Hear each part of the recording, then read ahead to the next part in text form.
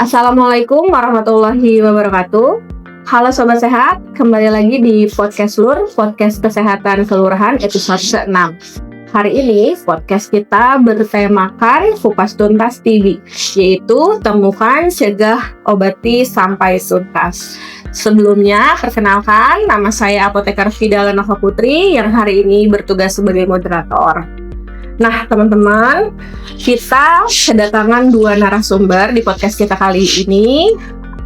Saya akan perkenalkan narasumber yang pertama terlebih dahulu, yaitu Dr. Wendy Nuryanti. Langsung saya bacakan CV-nya sekalian ya. Beliau adalah lulusan S1 Kedokteran Umum FKUNS 2004 dan pekerjaan saat ini adalah sebagai dokter umum dan VJ TB di UPTD Puskesmas Villa Pertiwi. Halo Dr. Wendy, apa kabar? Halo Mbak, terkait. Selanjutnya, narasumber kita yang kedua ada Dr. Cahyo Guntoro, spesialis paru. Beliau lulusan Universitas Trisakti 2010 dan dokter spesialis paru lulusan Universitas Indonesia 2024. Pekerjaan beliau saat ini, beliau berpraktek di Rumah Sakit Primaya Depok, Rumah Sakit Bogor Senior, dan Klinik Utama Saka Medika Depok. Dan penghargaan yang pernah beliau dapatkan adalah Research Oral Presentation, the 26th Congress of the Asian Pacific Society of Virology in South Korea 2022 dan Research Grand Award 2023. Oke, halo dokter Cahyo, apa kabar? Alhamdulillah baik, gimana kabarnya? Baik, alhamdulillah. Berhubung narasumber kita kali ini ada dokter spesialis paru yang temanya sangat cocok dengan podcast kita hari ini. Dan kebetulan juga di Rumah Sakit Primaya Hospital Depok ada layanan paru Primaya Hospital Depok yang hadir untuk membantu masyarakat dalam penanganan berbagai penyakit saluran pernapasan dan paru, mulai dari TBC, batuk kronis, sesak nafas, asma, infeksi paru, hingga konsultasi kesehatan paru secara menyeluruh dengan didukung pelayanan medis yang komprehensif. Selain menangani kasus pernapasan dewasa, Primaya Hospital Depok juga menangani gangguan pernapasan pada anak dengan layanan klinik Sabrina. Oke, berdasarkan data global report 2026 dan laporan terbaru dari Kemenkes awal tahun 2026 ini, kasus TBC kita menembus angka lebih dari 1 juta kasus, dan Kemenkes pun merilis data bahwa setiap 4 menit 1 nyawa melayang karena TB di Indonesia. Nah, untuk itu dok, saya ingin bertanya kepada kedua dokter narasumber kita, tanggapannya seperti apa sih dok? Boleh dari dokter Cahyo ini, untuk data yang tadi. Oke, jadi kalau berdasarkan tadi kan data ada data global dan ada data dari Dinas Kesehatan ya, 4 atau dinas. Kalau berdasarkan data global, memang Indonesia itu menempati urutan kedua nih dok, Mbak. Angka kejadian tuberkulosis di dunia. Yang pertama kita tahu ada India, yang kedua Indonesia. Jadi memang cukup tinggi kalau dibandingkan dengan negara lainnya. Kalau dulu itu kita menempati urutan ketiga, tapi ternyata kita jadi juara nih, naik tingkat ke urutan kedua. Ya, gitu. Kemudian kalau banyak sekali pasien yang nanya juga saya mengenai TBC, kok saya bisa kena TBC sih? Dok, kenapa? Padahal kan saya di keluarga nggak ada yang kena TB, ya saya bisa memberikan statement kepada pasien tersebut bahwa di Indonesia menjadi negara yang nomor 2 nih petinggi angka kejadian TB, jadi mudah banget ya, apalagi penularan TB itu gampang banget ya Mbak. Iya dok ya. Ya kita tahu bahwa penularannya bisa dengan kayak kita berbicara. Kadang saya mengibaratkan kalau pasien bilang gini, bapak ibu ke pasar nih, tidak kondisi lagi nggak sehat, lagi sakit. Terus gak pakai masker, bicara nih sama pedagang, sudah tahu pedagang tersebut kena TB atau enggak ya, ini bicara, wah nih, ya deh terkena TB ya, jadi TB itu ternyata gampang sekali Mbak ya dok ya, dengan kita berbicara, batuk di depan orang yang menderita TB itu bisa kena TB gitu. Jadi kalau mengingat hal tersebut ya belum lah ya, bukan belum tapi sebenarnya harusnya jangan terjadi ya TBC kalau kita tekan ya. Tapi berarti data ini valid ya dok ya? Valid banget ya dok. Nah, kalau menurut dokter Wendy gimana nih dok? Dengan angka 1 juta ini kasus di Indonesia, lebih dari 1 juta tanggapannya? Ya, jangankan di Indonesia ya, di Depok aja, kita memang kasusnya juga banyak sekali. Apalagi sekarang pemerintah Kota Depok ya, untuk menurunkan kasus tinggi, mengadakan Satgas Kapitu, Satuan Petugas Kampung Peduli Tuberkulosis, yang mana antara masyarakat, kelurahan, puskesmas, dan kader itu bekerja sama. Jadi kader itu mencari ya, agresif mencari ke warganya mana-mana yang ada tanda dan gejala TB. Jadi peningkatan kasusnya juga karena ada tindakan dari kader-kader yang aktif mencari mana-mana pasien yang bergejala TB untuk dibawa ke puskesmas. Jadi kayak jemput bola ya dok ya. Itu inovasi Kota Depok ya. Oke. Nah, untuk memulai diskusi kita hari ini deh ya dok, paling dasar dulu deh dok. Saya pengen tahu nih dok, pengertian yang umum ya dok ya dari TBC itu apa ya dok ya? Boleh deh dokter Cahyo deh. Iya, TBC itu adalah tuberkulosis. Jadi infeksi paru yang disebabkan oleh kuman. Nama kumannya itu Mycobacterium tuberculosis. Ya. Dan cara penularannya apa saya sudah jelaskan ya, cukup mudah sekali ya. Kita bicara aja nih mbak, kayak mbak ngobrol nih sama saya, terus mbak, saya nggak tahu nih mbak Fida kena TB nih, bisa nih saya ketularan TB gitu kan. Terus bisa Mbak Fida lagi batuk-batuk, kemudian ngobrol sama saya, atau batuk di depan saya juga bisa menularkan TBC. Dan pada saat sistem imun saya lagi turun nih, lagi drop-dropnya, atau saya lagi kondisinya saat itu, saya lagi gak enak badan, lagi batuk pilek juga, ya bisa saya tertular TBC juga. Gitu. Oke, dokter Wendy, mau ada menambahkan? Ya, kalau di puskesmas ya kita mengajari kader itu tanda-tanda gejala TB yang mereka bisa mencari di antara masyarakat. Nah, mudahnya ada batuk yang berkepanjangan, paling enggak 2 minggu, batuknya berdahak. Kemudian ada demam yang demam sedikit ya, tapi panjang, demam lebih dari 2 minggu juga. Kemudian penurunan berat badan, dan ada tanda yang khas itu berkeringat di malam hari.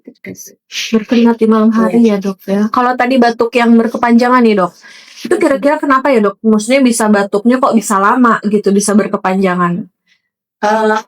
Karena kan ada kuman yang namanya tadi ya, Mycobacterium tuberculosis, yang tadi penularannya lewat udara, kemudian kita hirup ya, masuk ke paru-paru. Nah, di paru-paru karena adanya kuman TBC tadi, dia akan ada sistem imun tubuh ya meningkat, kemudian mengadakan zat-zat yang menimbulkan peradangan. Nah, dengan adanya peradangan itu, akhirnya terjadi peningkatan dari sekret atau lendir pernapasan. Nah, tubuh berusaha mengeluarkan sekret itu ya, karena itu kan mengganggu nafas ya, berusaha mengeluarkan sekret dengan membatukkannya. Jadi mekanisme pertahanan tubuh sendiri sebenarnya itu tadi itu bisa mengeluarkan lendir, mengeluarkan bakteri, dan juga mengeluarkan kerusakan jaringan yang ada di paru-paru yang dikeluarkan semuanya untuk biar tubuhnya bisa bernapasnya lebih lega. Karena TBC-nya juga berlangsung kronis ya, peradangannya lama, otomatis batuknya juga lama. Oke, makanya kenapa batuknya khas ya dok ya, lama ya dok ya. Sama tadi ada yang berkeringat ya dok ya. Nah kalau yang berkeringat aku boleh deh nanya ke dokter Cahyo nih dok. Kayaknya jarang ya dok ada penyakit yang gejalanya berkeringat di malam hari. Mungkin ya setahu saya atau mungkin ada juga yang lain.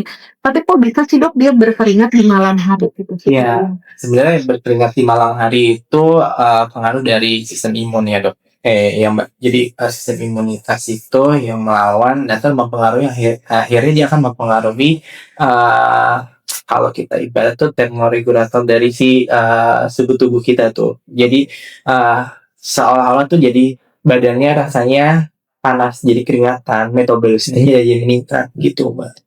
Jadi agak kalau bisa dibilang mungkin metabolisme di dalam kita juga agak dikecohkan gitu ya dok ya. Yang harusnya kita merasa dingin Tapi ini malah merasa gerah gitu. Gerah dan panas. akhirnya jadi Keringetan. Oke. Dan itu memang maksudnya khusus hanya di TB ya dok ya yang gejala seperti ini atau jarang ya dok ya? Tapi sebenarnya nggak semua orang sih. Bukan berarti orang yang keringat malam udah pasti TBC atau orang yang keringat malam, saya nggak ada keringat malam nih, saya bukan TBC dong. Oh, enggak juga. Kan kita harus memperhatikan gejala ini ya, yang mungkin tadi sudah dijelaskan sebenarnya ada batuk, darah, keringat malam, penurunan berat badan. Oke, berarti salah satunya ya dok ya. Jadi nggak semua gejalanya bisa muncul di satu orang, tapi kita lihat lagi gejala-gejala lainnya plus nanti ada pemeriksaan lebih lanjut ya dok ya. Oke, kita masuk ke klasifikasi ya dok ya. Setahu saya kan klasifikasi TB itu bisa dari terkonfirmasi ya dok ya, terkonfirmasi secara bakteriologis dan secara klinis. Nah, itu bedanya apa sih, Dok? Oke, jadi di TB itu kita bisa melihatnya secara ada dua. Pertama, yang tadi ya, bakteriologis, dan yang kedua adalah klinis. Kalau secara bakteriologis itu dari pemeriksaan dahak ya. Kadang kalau teman-teman di sini atau sobat sehat itu melalui data 3 minggu kemudian datang ke fasilitas kesehatan disertai buat periksa dahak ya. Ternyata hasil pemeriksaan dahaknya positif nih. Makanya dikatakan ini terkonfirmasi bakteriologis ya. Kemudian kalau yang terkonfirmasi klinis itu apa? Jadi kalau klinis itu dia gejalanya ada gejala TBC, ada batuk, sesak dan berat badan, jatuh darah, disertai hasil pemeriksaan ronsen dadanya itu positif itu mengarah TBC. Nah, tetapi hasil pemeriksaan dahaknya negatif. Tapi banyak nih pasien yang bertanya ya kepada saya, dok, jadi dok, kan dahak saya negatif, tapi kenapa saya harus tetap minum obat? Ya, mungkin yang sobat sehat keluarkan itu bukan dahak, tapi air liur, karena didapatkan hasil itu negatif palsu ya dok istilahnya. Ya maka kita obati sebagai dia TB. Nah, mengobati TB pun kita tetap evaluasi tuh 2 bulan setelah pengobatan TB kita evaluasi ronsennya dan gejala klinisnya. Kalau memang ternyata ronsennya perbaikan, gejala klinisnya membaik, ya memang berarti TB gitu. Nah, kalau yang untuk pemeriksaan ya dok ya, dari yang di puskesmas dulu ya dok ya. Nah, untuk yang di puskesmas apa sih dok yang bisa kita lakukan pemeriksaannya? Di puskesmas sudah tersedia pemeriksaan TCM ya, tes cepat molekuler. Jadi pasien tinggal menyerahkan 2 pot dahak ya. Kemudian nanti kami periksakan. Kebetulan di puskesmas Viral ini belum ada, jadi kami kirim ke puskesmas yang lain yang ada. Tapi pasien di wilayah desa Sukamaju tetap bisa menyelesaikannya di puskesmas. Jadi pasien yang memang domisilinya di wilayah Sukamaju kirimnya ke puskesmas kita ya dok ya, tapi kita kirim lagi ke puskesmas kecamatan ya dok ya yang membawahi kita gitu ya. Abis itu apa lagi dok? Ada pemeriksaan apa lagi selain TCM? Untuk anak-anak yang belum bisa mengeluarkan dahak, kita ada tes mantuk. Itu bisa dilakukan di puskesmas. Di puskesmas ya dok, tes mantuk. Berarti nanti pembacaannya pun sama dokter di sini ya dok ya, sama dokter Wendy ya dok ya. Oke, lanjut nih dok. Nah, selanjutnya kalau misalnya nih dok yang harus di ronsen kan kita nggak bisa ya dok ya, nggak bisa di sini. Itu kita berarti merujuk ke rumah sakit ya dok ya? Pastinya ke rumah sakit Primaya ya. Oke. Ketemu sama dokter nih. Nah, lanjut ke yang ronsen ya dok ya. Nah, kalau habis ronsen nih dok, di ronsen oke nih. Atau misalnya kasusnya saya buat ya dok ya, saya acak misalnya dia negatif nih dok. Tapi gejalanya semua nih mengarah ke sana nih dok, ke arah TBC. Kalau saya nggak salah ya dok, ada pemeriksaan IGRA ya dok ya. Nah IGRA itu sebenarnya tahapannya setelah apa atau apa sih dok? Atau berbarengan dengan apa gitu? Ya, jadi IGRA itu sebenarnya bukan alat yang kita gunakan untuk mendiagnosis tuberkulosis, Mbak. Oke. Ya, jadi dia untuk mendiagnosis tuberkulosis laten. Mungkin nanti kita akan bahas apa sih tuberkulosis laten. Setelah ini ya dok ya. Setelah ini, ya. Jadi jangan sampai salah kaprah nih. Oke. Dok, foto ronsennya negatif. kemudian batuknya berdahak, saya periksa IGRA nih, gitu. Enggak, jadi IGRA itu nggak dipakai buat diagnosis TB paru ya. Kalau TB ekstra paru mungkin masih bisa kita kenakan. Tapi kalau itu TB paru, kita tidak menggunakan IGRA ya. Ya kita cukup menggunakan pemutaan dahak, itu tadi TCM ya dok ya. Di sini kan sudah tersedia TCM, untuk pemeriksaan fotorak, sama yang pasti adalah klinis pasiennya. Oke. Gitu ya. Oke. Untuk yang IGRA kita bisa selanjutnya ya dok. Tahan dulu. Oke. Iya. Nah, untuk yang mantuk nih dok, tadi katanya di bawah 2 tahun ya dok Wendy ya. Kalau misalnya saya ya dok, orang dewasa nggak bisa nih dok ngeluarin dahak misal ya dok ya, bisa nggak sih dok kita dites mantuk buat dewasa? Bisa ya. Jadi kalau misalnya untuk orang dewasa yang kita pasiennya sudah berusaha ya pakai teknik-teknik tertentu untuk mengeluarkan dahak, tetap tidak bisa, itu bisa menggunakan tes mantuk. Oh, berarti juga termasuk anak-anak ya, terutama mereka yang dahaknya susah keluar. Kalau anak-anak mungkin ya agak susah ya dok ya kayaknya untuk mengeluarkan dahak. Orang dewasa juga mungkin ya tadi yang keliru ya dok, yang dikeluarkan air liur ternyata bukan dahak ya dok ya. Kayaknya itu memang agak susah. Oke dok, nah yang tadi nih dok ada ngebahas ke ekstra paru nih dok. Jadi TB itu ada TB paru, ada TB ekstra paru, kemudian ada TB paru plus ekstra paru, atau nggak ada? Ada. Saya banyak ketemu kasus pasien TB paru plus TB tonjar, ada di sini, di ronsen ternyata gambarannya TBC gitu. Jadi ya dia kita dua nih, TB paru dan TB ekstra paru. Banyak juga pasien tanya, dok TB ekstra paru itu apa aja sih? Banyak. Jadi TB itu bisa pernah cuma di paru aja. Saya pernah ketemu kasus paling banyak di tonjar. Kemudian kita beri nih di mereka banyak benjolan-benjolan. Kalau orang bilangnya seperti kasih benjolannya, gitu kan. Kemudian juga ketemu meningitis TB, itu TB yang berat ya, yang kepala. Kalau kena kepala ini meningitis TB. Kemudian saya juga pernah ketemu di kulit, mbak. Kulit tuh. Ya, TB kulit. Jadi ada waktu itu saya ketemu pasien yang semuanya dia ada luka di kulit, nggak sembuh-sembuh. Akhirnya di swab ternyata dicekin TCM positif TB kulit. Kemudian ada di, mohon maaf untuk wanita, bahkan di vagina pun bisa. Gitu dok. Jadi ke semua organ nih dok. Betul sekali. Ternyata TB itu bisa jalan-jalan kemana aja. TB di ginjal pun juga. TB di ginjal baru denger sih dok beneran. Yang kalau di kelenjar iya, kalau yang di otak iya ya dok ya mungkin. Di mata pun juga kan? TB, saya pernah dengar karena saya pernah ada. Itu juga saya baru tahu. Jadi ternyata dia ke semua organ ya dok. Oke. Berarti penularannya sama juga dengan yang TB paru biasa nih, maksudnya dari udara juga awalnya. Iya, awalnya dari udara. Tapi kebetulannya si kuman TB-nya itu nggak ke paru nih, tapi dia ke organ lain. Jadi melewati paru. Maksudnya paru dilewati nih sama dia ke tempat lain. Lewat pembuluh darah. Betul sekali. Oke, gitu ya teman-teman. Ya, yang tanya, dok kalau kita kena TB kelenjar nular nggak sih dok?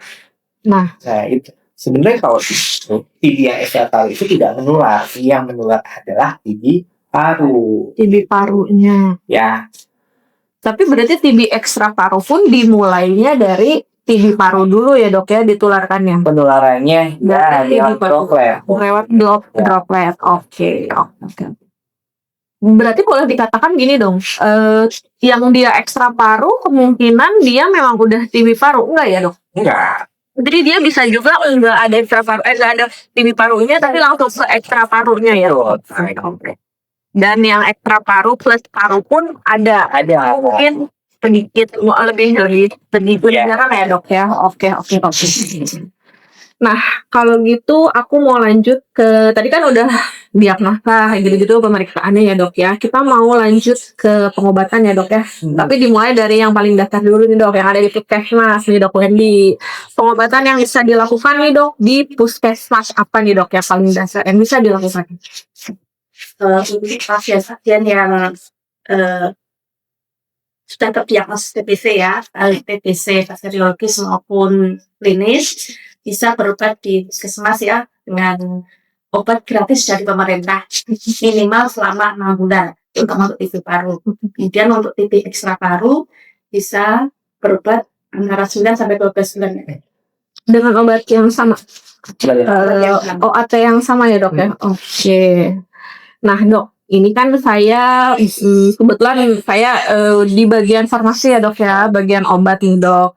Sering banget nemuin pasien, ya ini cerita juga dari teman lab ya dok ya, yang dia itu bilang mengeluh kalau dia batuk lagi dok. Tapi dia jujur nih dok, dia itu nggak diminum obatnya, nggak dilanjut. Misalnya ini udah 2 bulan nih dok, udah enakan, berhenti ini dok. Tapi kayak mungkin 6 bulan atau berapa bulan kemudian agak lama batuk lagi, mulai lagi gejala seperti yang awal, dia kayaknya agak khawatir berobat lagi ke puskesmas kita ya dok ya, suka ada. Berarti itu udah bisa dikatakan gagal dong dok pengobatannya. Sebenarnya jatuhnya putus pengobatan ya, terus di follow up ya. Nah, saya tuh kalau ketemu pasien yang udah terdiagnosis TB, baik dia secara klinis atau bakteriologis, harus ada komitmen antara kita sebagai petugas kesehatan sama pasiennya. Bahkan saya minta keluarganya, kalau misalnya sakit bapaknya, saya ajak ibunya, saya kasih tahu ini TBC ya, penyakitnya menular dan harus minum obat rutin minimal 6 bulan. Resikonya apa sih dok kalau nggak minum selama 6 bulan? Atau dia putus pengobatan? Sama, ya nggak sembuh-sembuh dong, ya pasti kan ya. Kemudian yang kedua, bisa terjadi yang namanya resisten obat. Itu obatnya ya susah banget. Ya. Minum obatnya banyak, pengobatannya lama, gitu. Dan efek sampingnya juga banyak. Makanya saya tanya ke pasiennya, tanya ke keluarganya, mau jadi TB yang resisten obat? Kalau nggak mau, baiknya mengikuti ya. Waktunya kontrol, minum obatnya ini tetap diminum. Bukan berarti dia kontrol tapi obatnya dibuang tuh. Nggak boleh. Kita nggak tahu ya dok. Tapi semoga yang sobat tukang maju atau sobat sehat yang kita nggak ada ya dok ya. Jadi kalaupun memang ada pasien ya semuanya sampai tuntas ya pengobatannya. Itu tadi kebilangnya yang kasus putus obat ya dok ya. Kalau kasus kambuh nih dok, jadi dia nih udah rutin nih dok, udah minum sampai selesai dan mungkin sudah dinyatakan sembuh, tapi dia bisa kambuh lagi dok? Bisa. Jadi kalau banyak juga pasien yang bertanya, saya sudah menderita TB dok, apakah saya akan terkena TBC lagi? Bisa, sangat bisa. Sangat bisa. Iya. Kalau dikatakan TB kambuh itu jika si pasien mengeluh batuk seperti orang penderita TB, yaitu batuk, sesak, berat badan, senyap malam.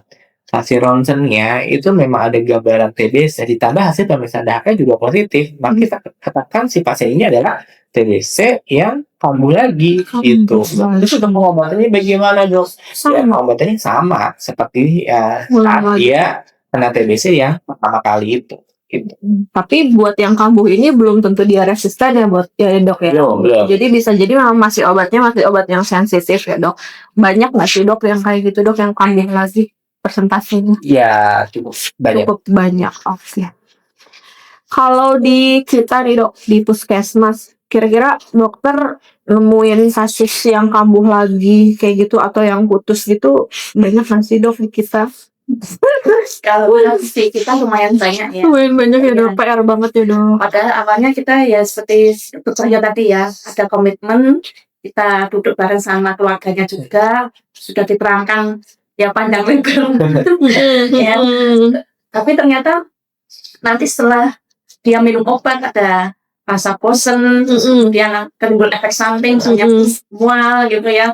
Terus akhirnya nggak langsung berhenti ya. Nanti nggak mau datang ke puskesmas lagi, ataupun malah justru juga yang sudah enakan ya, sudah 2 bulan sudah merasa sehat, nggak batuk lagi, sudah merasa sehat, sudah saya kerja seperti biasa, ya akhirnya berhenti karena udah sehat kok.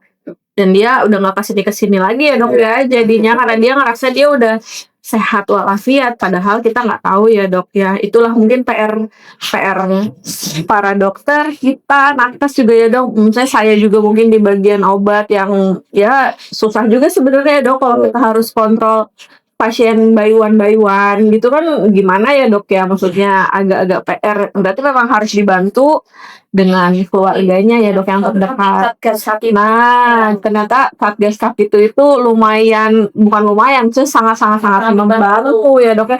Kan jalan si Satgas Kapitu Kadernya, iya. Kadernya aktif dok. Jadi dari kami kadernya itu punya data ya, baik dari puskesmas, klinik, rumah sakit, namanya dari perkumpulan Pena dulu. Nah itu khusus untuk kader yang kader yang menangani khusus TBC, namanya kader Pena dulu. Nah mereka punya datanya, mana-mana yang harus dipantau, kemudian mana-mana yang harus tadi investigasi kontak, jadi jemput bola untuk keluarga pasien yang perlu tes darah, dijemput bola juga bisa, dikunjungi rumahnya, kemudian dipantau juga, jadi kerjasama dengan puskesmas, misalnya ada yang mangkir, ada yang nggak ngambil obat ya, nanti bisa kunjungan mereka dulu. Kalau dari kader juga ditangani juga belum bisa, nanti akhirnya dengan puskesmas pun kita kunjungan bareng. Keren ya dok ya, edukasi Kota Depok ini tuh ada Satgas dok? Kapitu. Oke, Kampung Peduli Tuberkulosis. Oke. Nah, boleh deh dok, menurut dokter tadi yang Kapitu tadi gimana tuh dok? Maksudnya kira-kira itu sangat-sangat membantu atau gimana tuh dok buat kalau dari dokter? sisi medis sangat membantu ya Mbak ya. Tapi kita juga harus mengedukasi ke pasien nih. Banyak pasien yang justru didatangi mereka pergi. Benar ya? Iya. Banyak. Iya. Ada atau banyak gak? Jadi sebenarnya kita juga di awal itu pada saat komitmen itu kita harus menginfokan juga ya, kalau misalnya bapak ibu terkena TBC, jangan kaget kalau misalnya nanti dari pihak puskesmas atau fasilitas terdekat itu mengunjungi rumah bapak atau ibu nih, karena tujuannya adalah untuk screening apakah keluarga yang tinggal serumah itu menderita TBC juga atau enggak. Benar kan ya dok ya? Ya kayaknya perlu diedukasi dari awal ya. Oke, dan sebenarnya khusus kadernya pun kita harus lebih aware juga ke kader ya dok ya, karena kan berarti kader juga termasuk jadi kontak erat ya. Ya. Kalau begitu, ya kan ya dok ya, berarti kita juga harus istilahnya ibu kadernya juga kita jaga gitu ya. Apa perlu nanti mungkin minum TPT atau gimana? Ya, nanti kita bahas selanjutnya ya kalau yang untuk kita. Nah selanjutnya deh dok, tadi kan kita udah tahu nih pengobatannya.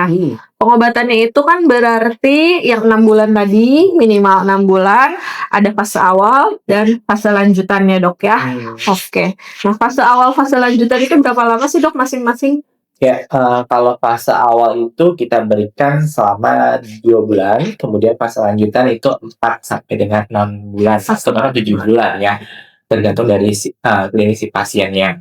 Nah, di sini saya tuh di awal juga selalu menjelaskan nih dok ke pasien dan keluarga pasien terkait efek samping dari obat TB yang kita berikan. Jadi jangan kaget nanti kalau misalnya saya selalu bilang, Bapak Ibu jangan kaget kalau Bapak Ibu minum obat TB terus kencingnya warnanya merah, karena itu memang dari obat TB-nya gitu. Kemudian mungkin akan merasa sedikit mual atau bahkan sampai muntah gitu. Kemudian bahkan sampai matanya kuning, mungkin bisa menimbulkan alergi juga dari obat TB, kayak misalnya gatal. Tapi kalau gejalanya masih ringan-ringan aja, kita menginfokan ke pasien dan keluarga pasien tetap untuk dilanjutkan obatnya. Tapi kalau misalnya timbul gejala muntah-muntah hebat, kemudian sampai timbul matanya kuning atau menimbulkan alergi yang sampai ruam-ruam di kulitnya, saya menyarankan untuk menghentikan pengobatan, lalu langsung kontrol ke poli atau ketemu sama dokternya supaya dokter bisa memberikan atau mengganti obat yang lain. Jadi jangan takut di sini, jangan sampai nanti obat sehat langsung ya sudahlah saya mau berhenti aja minum obat TB karena banyak banget efek sampingnya. Jangan seperti itu gitu. Jadi kalau memang ada kendala atau ada masalah saat mengkonsumsi obat TB, baiknya ya langsung konsultasikan ke dokternya gitu. Ya, oke. Kalau di puskesmas nih dok, kira-kira ada nggak sih dok pasien yang ngeluhin efek samping obat banyak atau nggak jarang ya dok ya? Ada ya. Ada ya dok ya. Beberapa malah sampai ya akhirnya putus obat itu karena nggak kuat sama efek samping ya dok ya. Kita sudah tambahin obat, akhirnya tetap tidak mau. kita anggapkan itu misalkan kan udah langsung menolak dok. Wah, ya. Jadi kalau misalnya ada efek samping obat gitu yang dari puskesmas, kita boleh arahin rujuk ya dok ya ke rumah sakit langsung ke dokter spesialis ya dok. Karena kan mungkin yang ada efek sampingnya berat gitu agak jarang ya dok ya mungkin di kita. Yang di puskesmas mungkin ringan-ringan ya dok ya yang masih bisa dikasih vitamin ya dok ya, biasanya vitamin B6 ya dok ya. Vitamin B6. Oh iya, sama obat mual ya dok ya. Oke. Terus ada terapi suportif lain nggak sih dok yang dokter sarankan ke pasien misalnya selain minum obat gitu pasiennya? Terutama untuk yang sekaligus mencegah satu rumahnya ya, kita anjurkan untuk paling enggak 2 bulan pertama pasiennya benar-benar bisa memakai masker ya di rumah biar tidak menulari satu rumahnya. Kemudian menggunakan etika batuk yang benar. Jadi kalau pas batuk bisa menggunakan tisu ataupun menggunakan ini ya lengan bagian dalam. Jadi tidak pakai tangan ya. Telapak tangan ya dok. Tangan. Kemudian kalau pakai tisu, tisunya dibuang di tempat sampah yang tutup. Kemudian untuk lingkungan rumahnya, kalau bisa usahakan dia kamarnya tersendiri ya. Kalau misalnya ada kamar lain itu dia berpisah dulu sementara. Kemudian lingkungan rumahnya harus ada cahaya matahari yang bisa masuk ke dalam rumah. Kemudian sirkulasi udaranya benar-benar bisa keluar masuk dengan bebas udaranya. Itu membantu sekali untuk penyembuhannya. Oke. Nah itu dok misalnya kayak tadi ini udah ada etika batuk ya dok ya, kayaknya jarang ya dok, mungkin ada orang yang batuk ingat batuknya pakai lengan ya dok ya, lengan bagian dalam gitu, mungkin keseringan gini ya dok ya gitu kan ya dok ya, jadi kayak tisu enggak? pakai tisu iya, tapi ya oke. Mungkin itu PR kita ya dok ya buat sosialisasi gitu ya dok ke masyarakat, kalau ternyata etika batuk itu penting juga ya dok ya untuk pencegahan penularan si TBC ini ya dok ya. Oke, nah selanjutnya nih dok, tadi kan efek samping udah kita bahas nih dok, etika batuk udah nih dok. Nah pencegahan lainnya selain etika batuk kan ada imunisasi ya dok ya, imunisasi BCG. Itu kira-kira seberapa penting sih dok imunisasi BCG untuk pencegahan TBC ini? Penting sekali. Bahkan udah imunisasi ini masih kenal loh TB. Betul. Ya kan? Dan sekarang ini lagi ada penelitian untuk imunisasi TB yang bisa diberikan pada orang dewasa, tapi masih dalam tahap penelitian yang mudah-mudahan nanti selanjutnya bisa berguna ya dan bisa direalisasikan di masyarakat gitu. Oh jadi ini lagi ada nih ya, dokter udah ngasih bocoran nih ya dok, katanya lagi ada penelitian imunisasi buat orang dewasa yang TB ini, karena kan yang BCG ini biasanya buat anak bayi ya dok ya? Bayi usia idealnya ya 0 sampai 1 bulan. 0 sampai 1 bulan. Lewat dari itu udah ya nggak bisa ya? Dari itu kalau di bawah 3 bulan masih bisa. Masih boleh. Kalau sudah di atas 3 bulan kita harus tes mantuk dulu. Oh gitu. Bayi juga dok, sebayi itu pun dites mantuk ya dok ya, buat mastiin nih dok. Kalau di atas 3 bulan dia belum imunisasi BCG. Kasian banget sih ya dok ya, dan ternyata aduh PR banget. Oke. Nah teman-teman, selanjutnya kita akan membahas yang TB yang lebih spesifik lagi atau yang lebih dalam lagi nih, yang paling mungkin nggak banyak kasusnya, tapi ada di puskesmas kita ada, yaitu TB yang resisten obat nih. Nah resisten obat tadi kan udah pernah dibahas sama dokter Cahyo, jadi dia itu yang udah pengobatan TB pakai sensitif obat, kemudian dia ada putus obat. Nah putus obat ini dicek lagi, bisa jadi dia masih bisa pakai obat yang sama nih, pakai yang sensitif obat, tapi bisa jadi enggak. Oke, boleh deh dok, kita minta jelasin nih dok, kok bisa sih dia didiagnosa resisten obat? Nah itu awal mulanya ketahuannya dari mana? Untuk pasien yang resisten obat ya, biasanya semua pasien kan kita untuk diagnosa awal ya, kita cek dulu dengan TCM, tes cepat molekuler SCH. Kalau hasilnya ternyata sensitif obat, namanya TBSO ya, nanti pengobatannya bisa di puskesmas. Tapi kalau hasilnya TCM-nya ternyata TBRO, resisten obat, terpaksa harus kita rujuk ke rumah sakit karena kita di puskesmas belum ada. Belum ada obat. Iya, belum ada. Dirujuk ke rumah sakit di mana, Dok? Selama Di Depok. ini rumah sakit rujukan untuk resisten obat di Rumah Sakit Khidmat Sehat Afiat. Kisah ya, Dok ya. Di Kisah. Dan ada lagi, Dok, udah Kisah aja. RSUI bisa nggak, Dok? RSUI bisa, tapi kan kalau kita kan seringnya pasien BPJS ya, kita bertahap yang tipe C dulu. Oh gitu. Berarti kan Rumah Sakit Kisah. Jadi utamanya pasti ke Kisah dulu ya, Dok ya. Ke Primaya belum nih ya, Dok ya, belum ada ya, Dok ya. Oke. Terus selanjutnya nih, Dok, nyambung ke yang TB resisten obat nih, Dok. Pernah nggak sih, Dok, ada kasus, kalau tadi kan dia kasusnya dari yang kisus ya, Dok ya, kisus obat, terus mungkin kemudian habis itu di TCM lagi resisten, berarti kan itu karena dia udah pernah minum obat ya, Dok ya, sebelumnya. Tapi kalau yang dia belum pernah sama sekali nih, dokter diagnosa TB dan belum pernah minum OAT, termasuk yang SO, tapi tiba-tiba dia didiagnosanya TB RO, itu bisa, Dok? Bisa. Jadi TB resisten obat itu dibagi dua, ada kasus primer dan kasus sekunder. Jadi kalau kasus primer dia tidak ada riwayat TB dan tidak ada riwayat kontak dengan orang yang resisten obat atau orang yang sedang menderita TB RO, itu dikatakan sebagai TB paru RO kasus primer. Kemudian kasus sekunder, kalau kasus sekunder dia ada riwayat TB ini sebelumnya, mungkin yang dokter Wendy tadi bilang itu ya dia dari WTB sebelumnya, kemudian dia putus pengobatan atau dia kambuh lagi nih, kambuh didapatkan TB-nya resisten obat atau dia ternyata kontak sama orang yang TB resisten obat, itu akan dikatakan sebagai TB RO kasus sekunder. Oke, karena di kasus di kita ada ya, Dok ya, yang didiagnosa langsung RO ya, Dok, tanpa SO dulu. Pasien baru langsung diagnosa RO Ada, kasusnya memang ada ya, Dok. Oke, dan itu saya juga baru tahu nih tahun 2023 atau 2024 kita pernah tuh, Dok, dapat kasus kayak gitu. Dan saya pikir RO itu hanya untuk yang sudah pernah minum sebelumnya. Berarti kan dia resisten karena antibiotik yang sebelumnya. Ternyata enggak ya, Dok. Dia tapi memang kalau yang sebelumnya itu peraturan dari Menkes, kalau misalnya kita ketemu sama TB RO kasus primer nih, dia baru pertama kali diperiksa TCM, itu hasilnya ternyata positif TB resisten obat, harus ada pengulangan. Iya sih, Dok. Kalau yang peraturan sebelumnya, tapi kalau peraturan sekarang ini ya kalau dia sudah terdiagnosis TB resisten obat, gejalanya ada ya kalau dia sebagai TB RO. langsung ya, Dok ya. Nggak usah pengulangan lagi ya, Dok.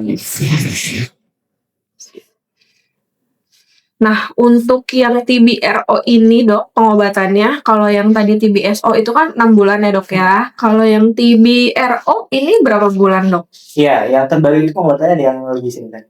Bahkan lebih singkat dari TB sensitif obat. Jadi cuma 4 bulan.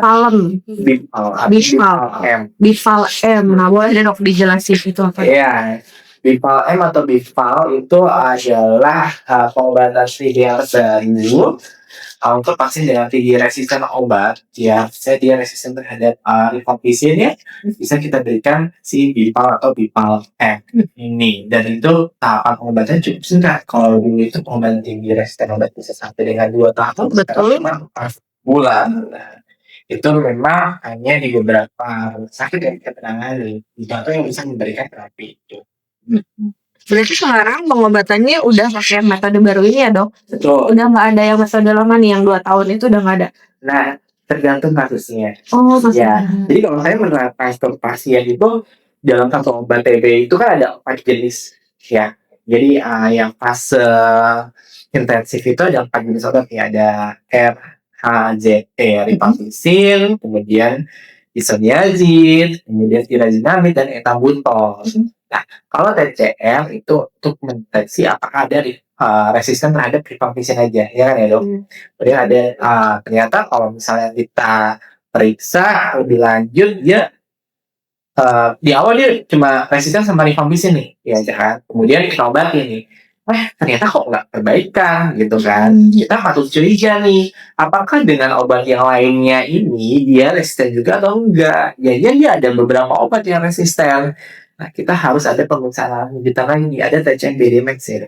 Ya, itu. Kemudian ada kultur. Kita lihat resistennya obatnya apa aja. Kalau banyak yang resisten, ya kita lanjutkan dengan pengobatan yang lainnya. Bisa aja jadi pengobatannya jadi 2 tahun atau 24 bulan. Lebih panjang. Jadi tergantung saya terhadapnya apa.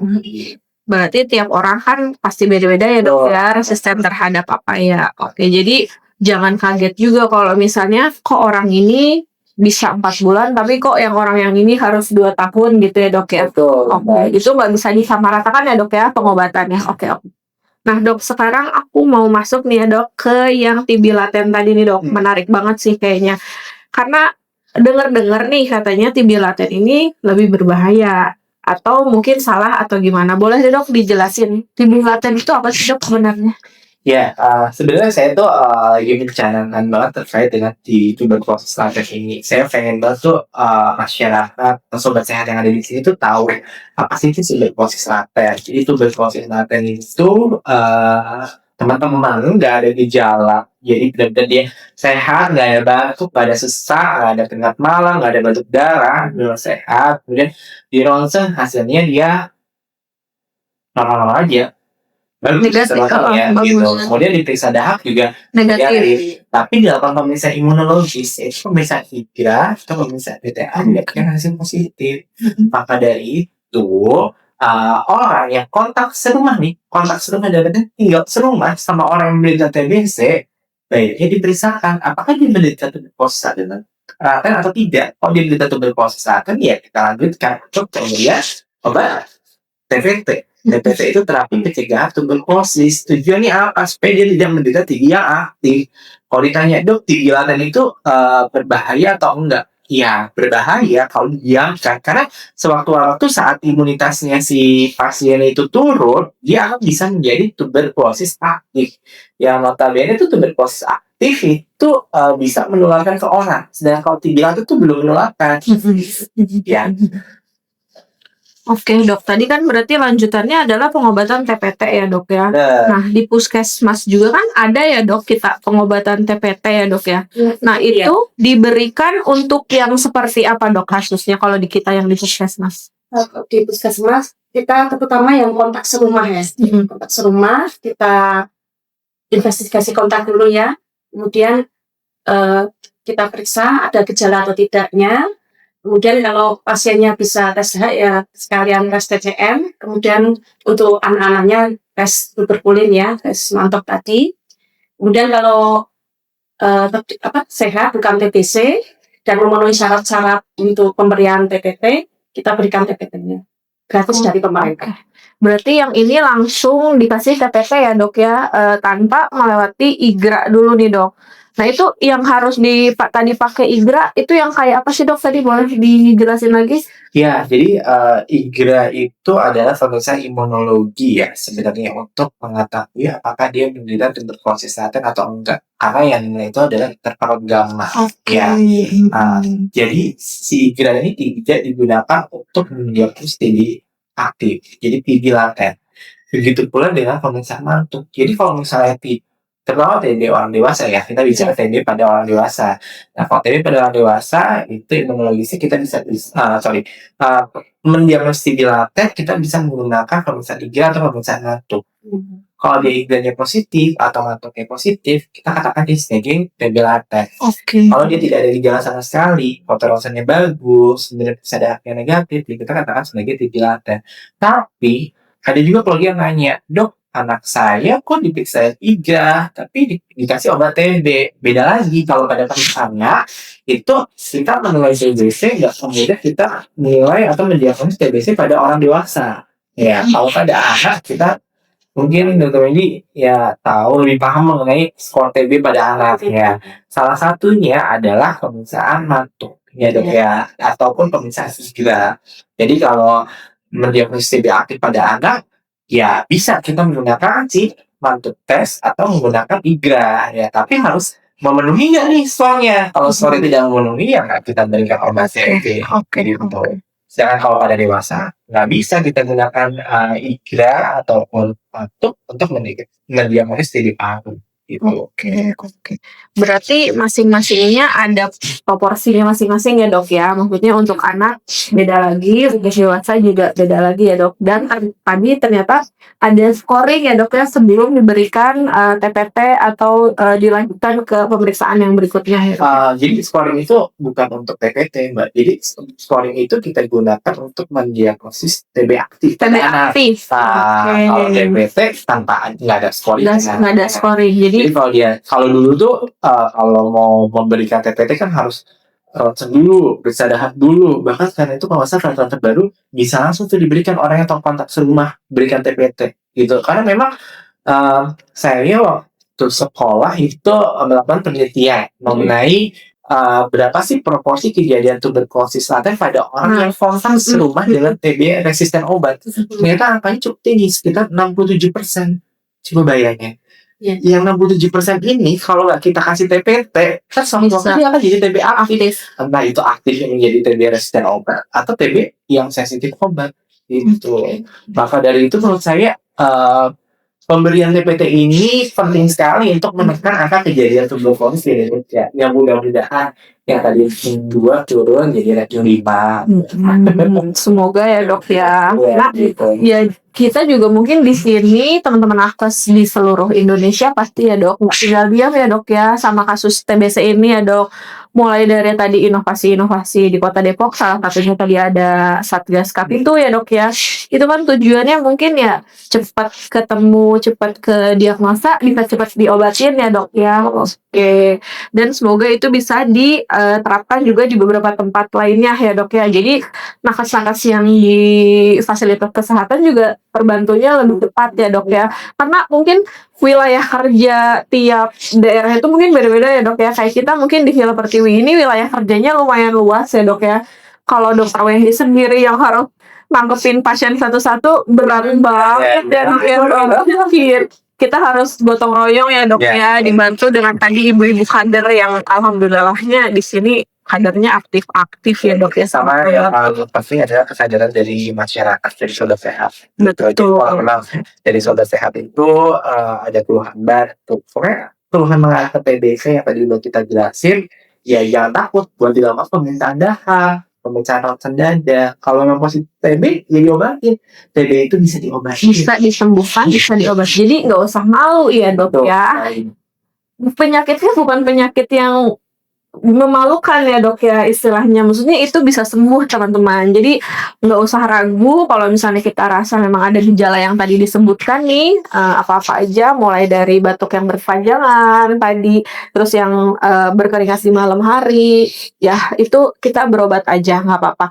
Pengobatannya pun gratis tanpa dipungut biaya apapun, ke puskesmas dulu, nanti semoga di puskesmas bisa sembuh, itu udah ya dok ya, nggak kambuh-kambuh lagi.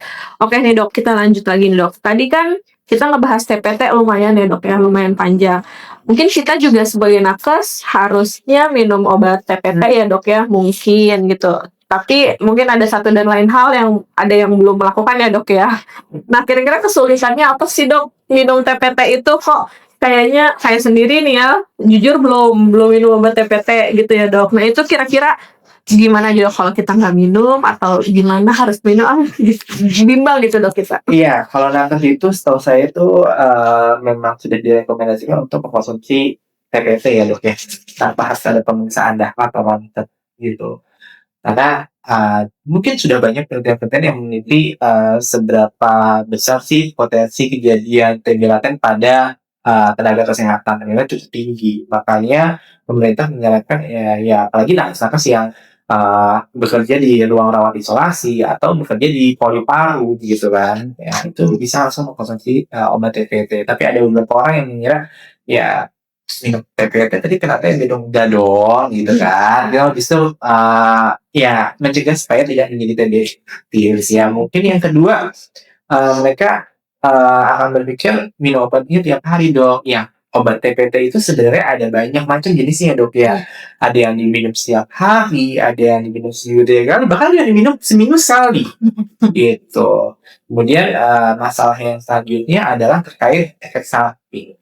Ya memang ada beberapa obat yang memiliki efek samping, tapi kan kita bisa mengontrol efek samping itu gitu, dan kita bisa mengganti dengan obat yang lain. Misalnya kita memberikan obat A, ternyata obat A ini menimbulkan alergi, ya kita bisa mengganti dengan pilihan obat yang B atau obat yang C gitu. Jadi pengobatan TBT itu banyak jenisnya. Jadi teman-teman sobat sehat jangan takut kalau teman serumahnya menderita TBC, kemudian disarankan untuk mengkonsumsi terapi pencegahan tuberkulosis atau TBT, ya silahkan konsumsi saja TPT-nya. Kalau terjadi efek samping, bisa konsultasi ke dokter yang ada di Vaskes 1 atau Vaskes primer, atau bisa ke dokter spesialis paru. Berarti tadi kalaupun kita disuruh minum TVT ya dok ya, di wilayah kerja kita pasien-pasiennya yang kontak erat, itu pengobatannya pun udah ada waktunya ya dok ya, maksudnya dia berapa bulannya ya dok ya. Nah kalau untuk anak-anak atau untuk dewasa itu beda nggak dok durasi pengobatannya? Kalau untuk anak di bawah 2 tahun, itu di puskesmas ya yang tersedia, saat ini ada regimen HF ya. Dikonsumsi setiap hari selama 3 bulan untuk anak di bawah usia 2 tahun. Kemudian yang usia 2 tahun ke atas sampai dewasa, pakai regimen 3HP, itu selama 3 bulan diminum seminggu sekali. Oh, jadi justru yang anak-anak minumnya tiap hari selama 3 bulan. Untuk yang dewasa di atas 2 tahun, 1 minggu sekali selama 6 bulan. 3 bulan. 3 bulan Iya. juga. Lebih enak yang dewasa ya dok. Kasihan yang anak-anak jadinya ya dok ya. Ya, itu ya, kata rifampicin. Iya. Yang dewasa ya dok ya, rifampicin. Oke, tapi itu memang udah dosisnya ya dok, udah harusnya begitu ya dok ya. Nah, kalau untuk pemantauan TPT, kalau yang tadi VBSO kan ada kategori sembuh kayak gitu ya dok kalau sudah selesai. Nah, kalau TPT ada kayak gitu juga nggak dok? Ada dia sudah selesai sembuh, bukan sembuh, maksudnya sudah selesai pengobatan, terus ada evaluasi lebih lanjutnya, kayak gimana tuh dok kalau minum TPT? Jadi kalau TPT itu kita hanya mengontrol setiap bulannya. Kita lihat nih apakah dia TB laten kemudian menjadi TB aktif gitu. Kalau dia ada gejala, kemudian dilakukan pemeriksaan hasil darah positif, jadi kan dia TB aktif ya kita obati dia sebagai TB aktif. Tapi kalau misalnya sampai dia pengobatan 3 bulan nih, kita berikan obat efek 3 bulan, ya ada gejala mengarah ke arah TB aktif, ya sudah selesai pengobatan. Selesai. Gitu. Dan TPT itu hanya diminum 1 kali aja nih dok, selama kita ini. Oke. Kalau di puskesmas dok, tindak lanjutnya untuk yang TB aktif itu kita ada pemeriksaan apa lagi dok? Misalnya kayak dalam berapa bulan kita ada pemeriksaan lagi, tes dahak lagi atau tes apa lagi gitu? Ini untuk mengetahui pasiennya sudah ada perbaikan atau tidak. Untuk pasien yang awalnya terdiagnosa dengan TCM ya, nanti bulan kedua kita ada pemeriksaan dahak bulan kedua, kemudian di bulan kelima dan akhir pengobatan bulan ke-6. Jadi total 4 kali ya, jadi diagnosa awal, bulan kedua, kelima, dan bulan akhir pengobatan bulan ke-6. Kalau di kasusnya dia bulan kedua masih positif sampai bulan kelima atau bahkan sampai bulan ke-6, berarti kemungkinan dia resisten obat atau tetap kita harus pemeriksaan lebih lanjut si TCM-nya. Kan TCM tadi kan ada yang resistennya tuh dok. Kalau misalnya di bulan ke-6 dia masih aktif tapi dia hasilnya bukan resisten, itu ada nggak sih dok? Atau jarang ya dok? Jadi TCM itu sebenarnya kan digunakan untuk evaluasi pengobatan. Oke. Ya, TCM itu digunakan untuk mendiagnosis. Nah, yang digunakan untuk evaluasi pengobatan adalah pemeriksaan BTA. Jadi kalau misalnya pertama kita tes TCM, kemudian kan ada evaluasi ya bulan kedua. Nah, bulan kedua itu kita evaluasi menggunakan BTA. Kita lihat BTA-nya. BTA-nya masih positif tidak? Gejala masih ada enggak? Hasil BTA-nya masih positif nih. Ya udah, kita lakukan lagi pemeriksaan di bulan ketiga. Masih positif atau enggak? Kalau ternyata dia masih positif, ya kita lakukan pemeriksaan lanjutan. Ya, kita melakukan pemeriksaan TCM BDMS, yaitu untuk mengetahui apakah dia ada resisten selain resisten rifampicin. Oke. Gitu. Oke, dan itu di kita udah bisa dok yang TCM yang lanjutan itu di Cilodong belum ya dok? Oke, berarti kita merujuk ya dok ya.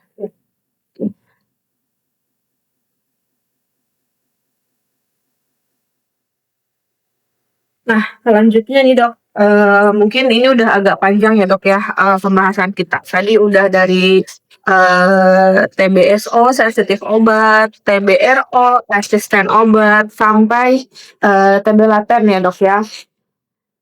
Mau tanya tantangannya nih dok, tantangan yang paling sulit atau terbesar ini untuk yang pasien-pasien yang terkena TB laten atau TBSO atau TBRO ini kira-kira PR bener-bener yang masih dokter sendiri aja masih gemes gitu ya dok ya, itu kira-kira tantangannya apa sih dok buat ngehadapin pasien-pasien yang mengalami ini? Minum obat. Susah banget ya dok, itu susah tantangannya. Iya, saya malah minum obat 6 bulan itu benar ya. Apalagi kalau Mbak tidak tahu ya, mungkin Mbak Vida sering obatnya gede, besar, kemudian belum lagi efek sampingnya, gitu. Ya, baik akhirnya ya efek sampingnya nggak cuma sedikit dan banyak, gitu. Ya, kita sebagai nakes wajib tuh memberikan edukasi ya efek sampingnya dan memberikan semangat ke pasien. Ya, paling susah sih. Kemudian yang kedua adalah terkait tuberkulosis laten yang tadi saya bilang, sebenarnya orang-orang serumah itu bisa aja dia kena tuberkulosis laten atau bahkan bisa kena TB aktif. Maka dari itu buat teman-teman sobat sehat di sini, kalau misalnya keluarganya dia kena TBC, ya nggak apa-apa. Kalau kita ada tugas dari puskesmas itu datang ke rumah mengunjungi untuk melakukan screening, ya. Jadi itu ada tujuannya kok, itu ada manfaatnya, gitu. Ya, jangan takut kalau misalnya udah dikasih obat TPT diminum, jangan nggak diminum. Ya, karena tujuannya adalah supaya dia bisa katakan untuk mencegah supaya dia nggak jadi TBC yang aktif. Kalau udah TBC aktif, yang akan menular ke orang lain itu udah ngobatinnya 6 bulan, menular ke orang lain gitu kan. Itu tadi tantangannya dokter Sahil. Kalau dokter Wendy nih dok, sama pertanyaannya, tantangannya apa nih dok untuk pasien-pasien kita yang di puskesmas nih dok kira-kira? Mungkin hanya sama ya, sama cuma tadi minum obat. Minum obat ya dok, Iya. itu paling susah ya ternyata ya, PR banget. Baik banget ya. Putus ya dok ya. Total pasien di kita yang TBSO itu berapa dok sampai bulannya? Ini ya yang berobat di bulan sampai Juni ini ya, ada 38 yang untuk puskesmas sendiri. Yang sudah positif TBSO ya dok ya? TB bakteriologis dan klinis. Oke. Kalau yang TBRO kita ada berapa Ada dok? satu. Ada satu ya. Iya.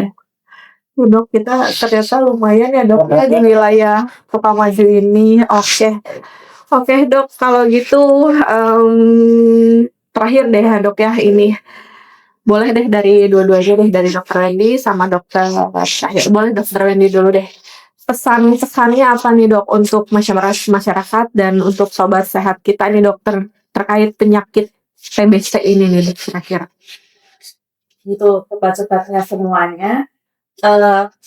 Karena penyakit TB ini benar-benar maka pengobatannya lama ya.